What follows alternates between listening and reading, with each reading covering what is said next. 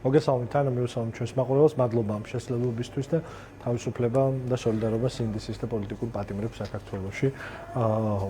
ძალიან მძიმე ამბავი არის სინამდვილეში, ამ ამბავს მე ხუმრობას ნამდვილად ვერ მივუყენებ, თქვენ სწორად აღნიშნეთ, არაფერი ფორუმი ეს არ არის, ეს არის თურქმენეთის სამყაროს ერთ-ერთი ყველაზე კარიკატურული დიქტატურის 30 წლიანი ნეიტრალიტეტის იუბილე. რომელზეც მთავარი სტუმარი ბერდი მუხამედოვის განცხადებით ამ რაღაცა ჰერედიტერული, ანუ შთამომავლობითი ავტოკრატის ნათქვამის თუ მოვუსმენთ, რომელზეც მთავარი სტუმარი არის ვლადიმერ პუტინი. ამ ღონისძიებაზე საქართველოს დაფიქსირება, დახატვა, გამოჩენა, ეს არის პირდაპირი გზავნილი და ეს არის პირდაპირი განაცხადი უკვე ჩვენ ისაც ვადავნებდი თვალყურსო უკანასკნელ თვეებში ქართული ოცნების სხვა რანგის მაღალი თანამდებობის პირები იღებდნენ გაურკვეველ ღონისძიებებში მონაწილეობას მაღალი რანგის რუსი ჩინოვნიკების პარალელურად და თანდასწრებით, იქნებოდეს ლავროვი თუ სხვაები, მაგრამ ეს უკვე სხვა საფეხურია, რომ საქართველოს ქართულმა ოცნებამ უკვე გადაშალა ეს გვერდი და ფაქტიურად პირდაპირ ახდენს ბანალიზებას საქართველოს, ქართული ხალხის, ჩვენი სახელმწიფოების და სუვერენიტეტის მთავარ მტერთან ერთად, აი ბანალურად ესე რაღაც ფორუმზე გამოჩენას თითქოს ის იყოს, რა ქვია, საბჭოთა კავშირის მოკავშირე რესპუბლიკების შეკრება. ჩვენ ვნახეთ რაღაცა გაურკვეველი იუბილე, რომელზეც სამყაროში დედამიწის დაწყევლა და ხელისუფლება მოიპოვა, ყველა ერთად შეიკრიბენ ირანის ისლამისტური რეჟიმის,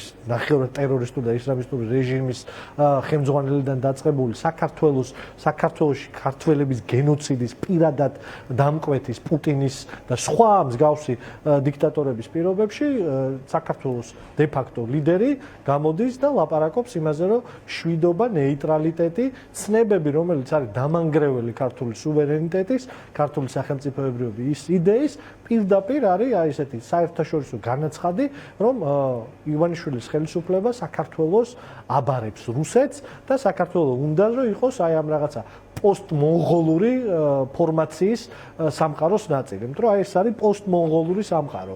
რუსეთი, შუა აზიის ქვეყნები, ეს არის მოდელი მმართველობის, აქ დაკნინების მიზნით არ ვიძახი, სწორად გამიგეთ, აქ არის მოდელი მმართველობის, მონღოლური მობილიზაციის მოდელი, სადაც ადამიანის არსებობას არ აქვს არავითარი ფასი, სადაც ადამიანების მთავარი ვალდებულებაა, რომ ემსახურონ სახელმწიფო აპარატს და სხვადასხვა ფორმა აქვს ამ სისტემას თურქმენეთში ეს არის რაღაცა კარიკატურული შიდა ოჯახური დიქტატურა, რუსეთში ეს არის ეს რაღაცა პუტინისეული ახალი თაობის ყოვლად მპყრობელობა, ვილიკა დერჟავიე, ეს არის რაღაცა ჩინური სისტემური მოდელი იქნება თუ სხვა, ეს არის მონღოლური მოდელი, რომელიც პირდაპირ ძირშივე ეწინააღმდეგება ცივილიზაციურ მოდელს, რომელშიც ადამიანი არის მთავარი, სადაც ადამიანი, ინდივიდი არის მთავარი. ეს ნიშნავს არ მინდა პრაქტიკულ ამბავზე, რა თქმა უნდა, პრაქტიკულ ამბავზე ვილაპარაკოთ, მაგრამ პრაქტიკული ამბავიდან თუ გინდა რომ გამოვიდეთ, ეს ნიშნავს იმას, რომ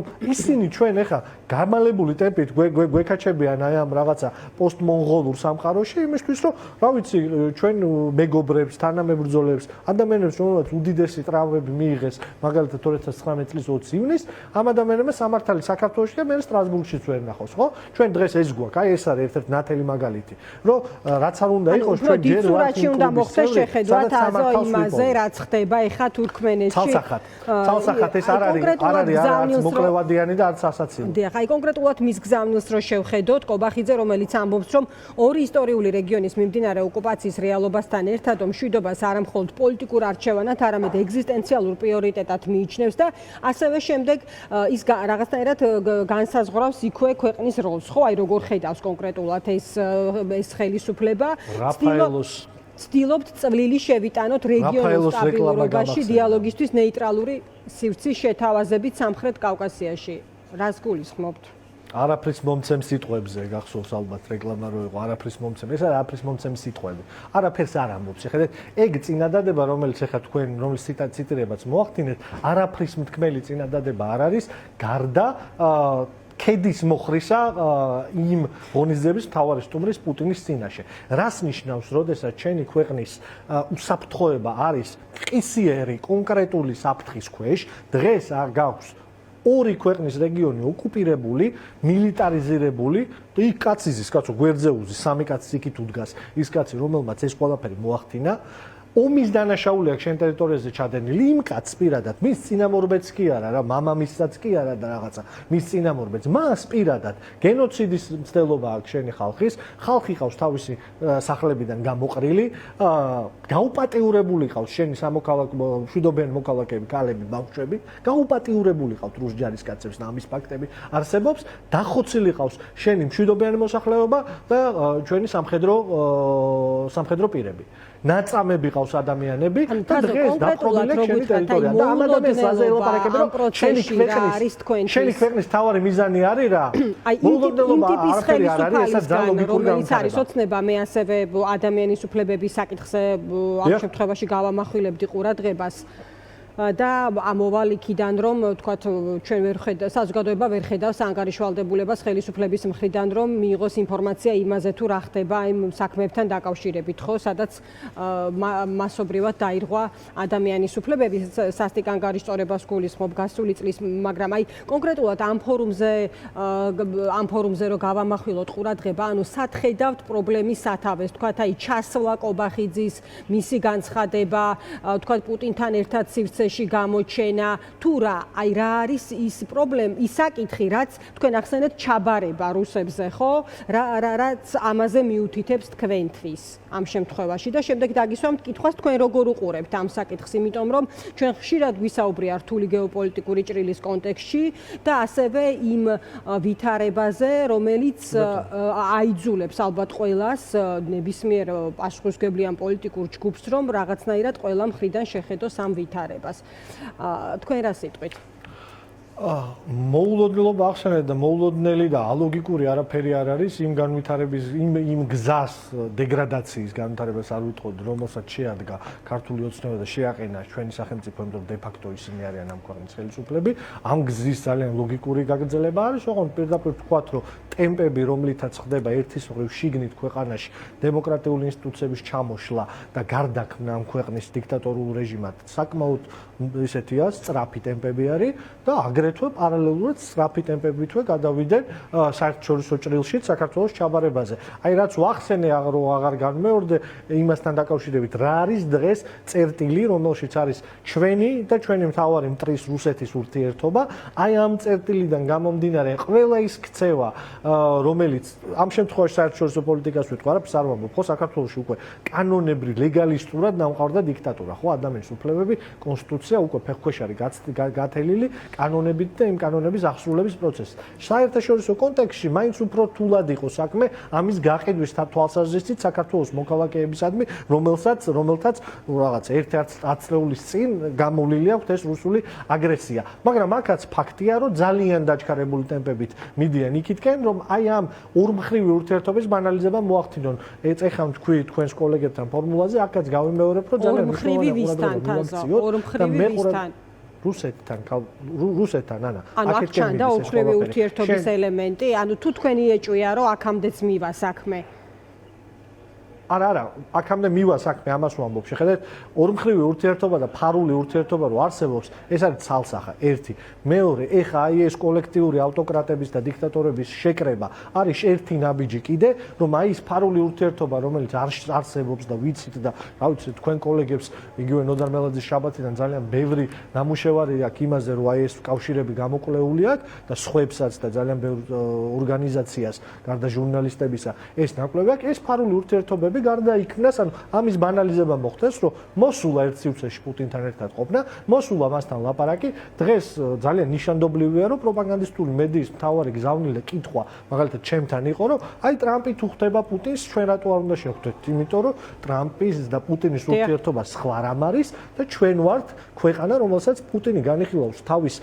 გავლენის ზონა და ჩვენი არსებობა არ უნდა. ანუ იქ პრობლემა არ არის. შეიძლება იმის არსებობაც არ უნდა, მაგრამ იქ დისუაზიური მექანიზმები არსებობს ამერიკას ვერ გააკრობს და ჩვენ გვაქვს ეგ საფრთხე რომ ამ კაცს უნდა ჩაყლაპოს ჩვენი სუვერენიტეტი და აქვე პირდაპირ გადავალ იმაზე ამის თქმა უნდა ეს ფორუმი არის ერთი ნაბიჯი აქეთკენ კიდევ ერთი ნაბიჯი გადადგმულობს რომ ღიად გაიხსნას ეს ორმხრივი ურთიერთობები აი ამას ვიტყვი ერთი რომ უნდა დააკვირდეთ ჯურღმულებს ქართული ოცნების პროპაგანდის აი ამ ქვედა პლასტებს და ჯონდი ბაღათურიებს და მსგავს ადამიანებს აქვთ ხოლმე აუდიტორია იქ ღიად დაიწყეს ლაპარაკი ნეიტრალიტეტზე რუსების ბაზების განთავსებაზე მაგალითად გონიოში და ახალციხეში ამას პირდაპირ სხვათა შორის ნელა პროცესი მიყავთ იქით და ორმხრივი ურთიერთობა გახადა ნეოფიციალური და მეორე ამბავი არის კი თაზო არ ვიცი თუ მიაქციეთ ყურადღება რამდენიმე კომენტარი იყო ამ ხრივ დასამახსოვრებელი ერთი ასეთი დეპუტატი ვოლსკია რომელიც პირდაპირ ამბობს რომ კობახიძე არის წასული იქ სადაც საქართველოს ხვალინდელი დღე წყდება ეს ჩეკისტი ვოლსკის ხედვით ეგრეა აი რის შესახებ არის ღია ტექსტი როგორ ფიქრობთ ეს კომენტარი მისი მხრიდან რომ ვოლსკი არის უცხო ქვეყნის ვოლსკი არის რუსული სპეცსამსახურების აგენტი ამ ქვეყანაში, ვოლსკი არის რუსული სპეცსამსახურების ინტერესების გამტარებელი საქართველოში, ის არის საქართველოს მტრების პარტნიორი და როგორც ქართული ოცნების აბსოლუტური უმრავლესობა და ისინი ეხა ახდენენ ბანალიზებას აი ამ პროცესის. ბანალიზება ხდება. ღიათ ამბობს, ხო, რომ ჩვენი მომავალი თურმე არის პოსტმონღოლურ შუა აზიურ წიაღში, რუსეთის და სხვა დიქტატორების გავლენის ქვეშ. ღმერთმა დაიფაროს ეს ქვეყანა, რომ იყო ეს სამყარო, რომ იყოს ჩვენი მომავალი. ეგ ნიშნავს, რომ საქართველოს აღარ იარსებებს. მაგ სამყაროში საქართველოს ადგილი არის ვასალის ადგილი.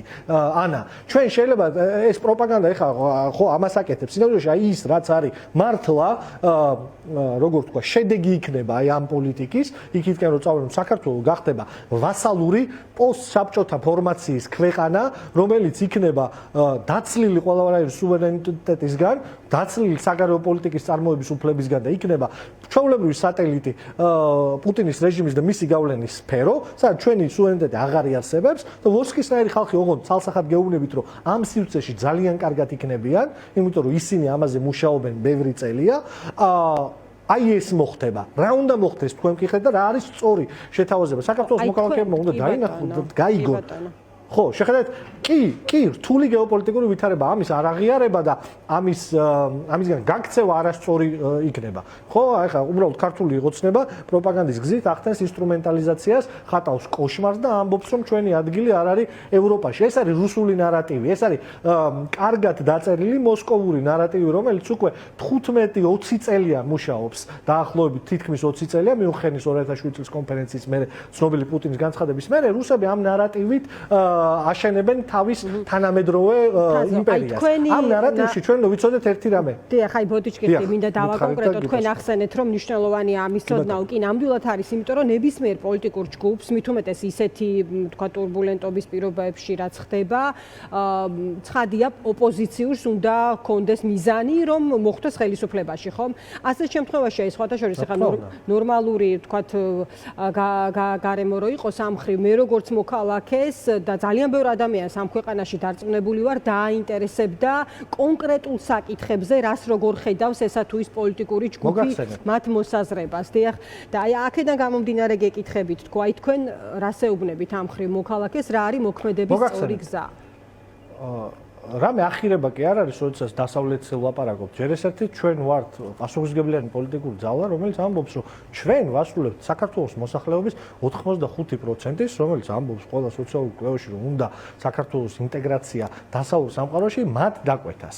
ოღონდ ამას არ ვაკეთებთ გაუაზრებლად, ამას ვაკეთებთ სწორედ იმ საფრთხეებიდან გამომდინარე, რომ ამ ქვეყანას აი ამ გარდატეხის პროცესში, რა პროცესშიც სამყარო არის, სადაც რაღაცეები იცვლება, სამსოფლიო წესრიგის გენელები იცვლება და ბევრად უფრო მოწყვლადი ხდება ჩვენნაირი რეგიონები, ყველაფერი პრობლემური ხდება ამ ვითარებაში, სადაც შეიძლება და არის იმის ალბათობა, რომ რკინის ფარდა ისევ დაეშვას და რაღაცა პოლუსებად გაიყოს სამყარო, საქართველოს აღმოჩნდეს სწორნაწილად და უსაფრთხოდ. შეხედეთ, ჩვენი მიზანი არის, რომ საქართველოში იყოს გრძელვადიანი მდგრადი მშვიდობა. მშვიდობა, რომელსაც ყავს მშვიდობა და უსაფრთხოება, რომელსაც აქვს თავისი გარანტიები. და ეს წყვილი სამყაროში არ არსებობს, ხო? ვისაც ესმის გეოპოლიტიკა, გეოპოლიტიკა რთული თემაა, მიუხედავად იმისა, რომ პროპაგანდის გამოყმიზნებით იყენებს ქართული ოცნება აქტიურად და რაღაც სისულელებს, აი მარტივ კონსტრუქციებს აშენებს, გეოპოლიტიკა ძალიან რთული კონსტრუქცია არის. ამ კონსტრუქციაში ჩვენს უსაფრთხოებას და ჩვენ რეგიონში მშვიდობას უნდა ყავდეს გარანტორი. და შეხედეთ, რუსეთისთვის, ნებისმიერი სხვა ავტოკრატისთვის, ყველაზე შეშლილი და ფსიქოპატი დიქტატორისთვისაც კი დასავლური ნატოს ჩარჩო, მაგალითად, ამერიკული უსაფრთხოების ჩარჩო, ევროპული უსაფრთხოების ჩარჩო, მათ შორის არის ის ბერკეტი, რომელიც მათთვის არის დისუაზიური მექანიზმი. ანუ მათთვის იქ სადაც არის ამერიკა, იქ სადაც არის დასავლეთი კოლექტიური, ის ადგილი არ მიუწვდომელია. რუსისთვის ეს მიუწვდომელია. ეხლა შეხედეთ, ერთია პარალელურად გეუბნებიან, რომ დასავლეთი იშლება და მეორეს გეუბნებიან, რომ აი, ნატოში შენ არ მიგიღებენ, იმიტომ რომ დღევანდელი ამერიკის ადმინისტრაცია ამას წერს თავის ემაში, რა ქვია, დოქტრინაში. აქ ლაპარაკი არის ეტაპობრივად, რა თქმა უნდა, ფინალი ნატოში წევრობა არის და ფინალი ევროკავშირის წევრობა არის, მაგრამ აქ არის სამყაროს სწორ მხარეს აღმოჩენა, ეგ ჩალვა პაპუაშვილი ამბობს, დეგნანი მეუბნებოდა, ბნელ მხარეს დადგები თუ ნათელშიო, თუ ავანტყოფი არ ახარ, ბნელ მხარეს რატო უნდა გინდოდეს დადგომა, როცა ნათელსაც გთავაზობენ. და ნათელი არის რა, რეალური გარანტიები, დასავლური ტიპის გარანტიები, ანუ ამერიკული გარანტია უსაფრთხოების, არის რეალური გარანტია. ამის მაგალითები არსებობს. ამის მაგალითია მაგალითად ტაივანი. ტაივანი ცუდი ქვეყანაა, ვინმე იტყვის რომ ცუდი ქვეყანაა, იქ ამერიკული მექანიზმი მუშაობს. ამის მაგალითი არის მაგალითად ისტორიაში სხვადასხვა დროს სამხრეთ კორეა, სხები და სხები. ანუ დასავლური მექანიზმი უსაფრთხოების ნიშნავს რეალურ ბერკეტებს საქართველოს მოქალაქეების უსაფრთხოების და ამ ქვეყანაში შვიდობის და მეორე მხარეს რა დგას? მეორე მხარეს დგას აი ეს, რაც გეუბნება ქართული ოცნება. შეფარულად, არაპირდაპირ გეუბნება რომ უნდა დაუხარო თავი მტერი შენზე ძლიერია და ის მტერი რომელიც ჩემი მეზობელი და ჩემი შთანთქვა უნდა ყოველთვის ჩემზე ძლიერი იყო. მას შემდეგ რაც რუსეთის იმპერიად ჩამოყალიბდა იმის შემდეგ ჩემზე ძლიერია და კიდე დიდი ხანი ალბათ იქნება ძლიერი. აქ არაფერი არ შეიცვლება. ანუ რას გეუბნება ქოცი? ქოცი გეუბნება რომ დღეს აი ბიძინა ივანიშვილის სიტყვაზენდე, ბიძინა ივანიშვილის ფიგურა, აი ეს ერთი კაცი რამოდენიმე მილიარდი დოლარით არის გარანტორი შვიდობისა ამ რეგიონში და ვერ იქნება ბიძინა ივანიშვილზე ბევრად უფრო დიდი ადამიანები ვერ ყოფილან ინდივიდუალურად გარანტორები, ბევრად დიდი ადამიანები გარანტორები იმპერიისგან შთანთქმის და მეორე დიდი ცივილიზაციური წარმონაქმნი რაც არის დასავლეთი და რაც არის შეერთებული შტატები ყოფილა ასეთი გარანტორი, იმიტომ რომ იქ რიდის ფაქტორი რეალური არსებობს. ეს არის რეალური მექანიზმი. მეორე მხარეს ბიძინა ივანიშვილის გათხოვებენ ეს არის თავის დახრა. აი რომ დავუბრუნდეთ. რასაც ვლაპარაკობ, ჩემზე ვლაპარაკობ. აი ნუ ასე მოიქცეოდით, არა თქვენ ზოგად გეოპოლიტიკურ სურათს ვლაპარაკობთ, სრულიად ლოგიკურად, იმიტომ რომ ესეც იყო ჩემი კითხვა, მაგრამ რა თქმა უნდა, ჩვენი მიზანია რომ ეგ გავაკეთოთ. დიახ, ანუ ძლიერი მოკავშირის ყოლა, ნათელხარესთან ერთად დგომა. დიახ. ძლიერ მოკავშირესთან ერთად დგომა. კი, ძლიერ მოკავშირესთან ერთად დგომა. მე არ მინდა ეხა არ შევალ ხო არ რაღაცა ექსპერტი არა ვარ, ან ამპლუაში მიხვდეთ იმის რომ სპეციალისტი ვარ, მაგ საქმეს ამ ამპლუაში დღეს თქვენთან არ ვზივარ და არ შევალ ექსპერტიზაში, მაგრამ უნდა დავაკვირდეთ, გადავახვიოთ ცოტა უკრაინის კონფლიქტი როდის დაიწყო? მაშინ, როდესაც სისუსტე იგრძნო, სისუსტე პუტინმა იქ და მაშინ, როდესაც უკრაინის ხელისუფლებაში მოვიდა კაცი, რომელიც თქვენ რუსებთან ურთიერთობა უნდა დავალაგო, არ გაგახსენებთ, რომ ზელენსკის კამპანიის მთავარი გზავნილები ეს იყო რუსებთან ურთიერთობები უნდა დავალაგოთო. კონტრაში არ უნდა ვედგეთო. სისუსტე რო იგრძნო, მაშინ დაარტყა. მანამდე ეს ომი ხო იქ არ დაწყებულა, ომი ხო 2014 წელს დაიწყო. მაშინ, როდესაც უკრაინამ თავი გაინთავისუფლა, იქ დაიწყო ის სხვა кейსია. ეს კიდე სხვა კავკასია, სხვა მდგომარეობაა. კავკასიაში შეხედეთ რა ხდება, ჩვენი მეზობლები, რომლებიც ბევრად უფრო ახლოს იყვნენ პუტინთან. ჩვენმა მეზობლებმა იცვალეს მხარე დღეს სომხებმა და აზერბაიჯანელებმა. აზერბაიჯანის იცით როგორი მოწყობის ქვეყანა, სომხეთში დემოკრატია აყვავდა. რატო იცვალეს? იმიტომ რომ ამ რეგიონს სამყაროში ძალიან დიდი მნიშვნელობა აქვს. ამ რეგიონში ჩვენ დღეს გვაქვს შანსი. ხვალ შეიძლება ეგეთი შანსი არ იყოს და უფრო გრძელი პროცესი იყოს. ჩვენ ამას ვიზამდით ხელისუფლებაში რო ვიყოთ. პირველივე წუთიდან, როდესაც ჩვენთვის გაიხსნა შესაძლებლობების ფანჯარა, რომ ეს ქვეყანა ინტეგრირებული ყოფილიყო დასავლურ სამყაროში, ამას გავაკეთებთ. განაცხად შევიტანდით, ბოლომდე მივიყვანდით კანდიდატ სტატუსში და ეხა მოლაპარაკებების პროცესში ვიქნებოდით. ამას ვთავაზობთ საქართველოს. შეხედე, კი არ ვთავაზობ მითს კაცზე, რომელიც ზე ადამიანია და პირადად შეაკავებს რუს დათვს. აბსოლუტურად ამ მითს კი არ ვთავაზობ, თავაზობთ ბევრად უფრო რთულ გზას, ბევრად უფრო კომპლექსურ გზას, ბევრად უფრო ტკივნეულ გზას, ასე ვთქვათ, იმიტომ რომ ეს რეფორმებს და ცვლილებებს მოითხოვს, ოღონდ ცვლას, რაღაცა სიგიჟეებისკენ კი არა, რაღაცა LGBT პროპაგანდაზე და იმაზე რომ ლაპარაკობენ. არამედ საქართველოს მოსახლეობის, მოქალაქეების უსაფრთხოებას ჩვენი თანამოქალაქეების ცივილიზებული სამყაროს ეგიდის ქვეშ. პირველ რიგში ამას და შემდეგ ყველა სხვა სიკეთეს, რომლის პირატესობა დასავლურმა ცივილიზაციამ და დასავლურმა სამყარომ დაამტკიცა.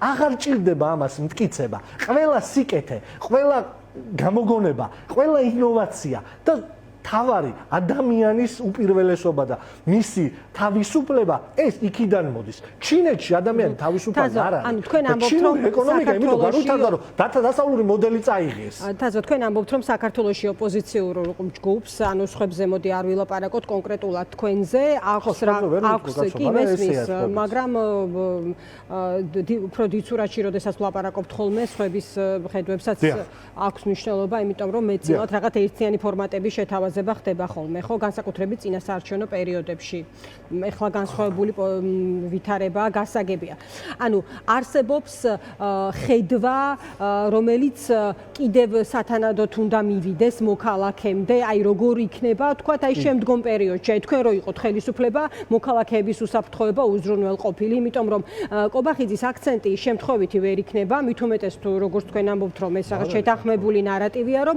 რეგიონულ სტაბილურობაში ხედავს ოცნება საქართველოს როლს ნეიტრალური სივრცის შეთავაზებით მე ესეთი შთაბეჭდილება მაქვს რომ აღარ ყველა წინასაარჩევნო პერიოდში თაზო ეს ჩემი პირადი მოსაზრება არის როგორც მოქალაქის რომ პოლიტიკურმა ჯგუფებმა ნაკლები დრო დაუთმეს ამ საკითხზე ლაპარაკს ამით ისარგებლა ხელისუფლებამაც და ის გარკვეულწილად გავიდა ფონს ამიტომ რადგან ეხა ეს თემა კრიტიკულია და სწორედ ამ როლზე იყო საუბარი იმავე ფორუმზე რომელსაც პუტინიც ესწრებოდა ეს ინტერესი სწორედ ამან გამოიწვია და მე კიდევ მეტჯერ მოვისმენდი თითოეული პოლიტიკური ჯგუფს ის აზრს ამ კონკრეტულ თემაზე. აბსოლუტურად გეთანხმები.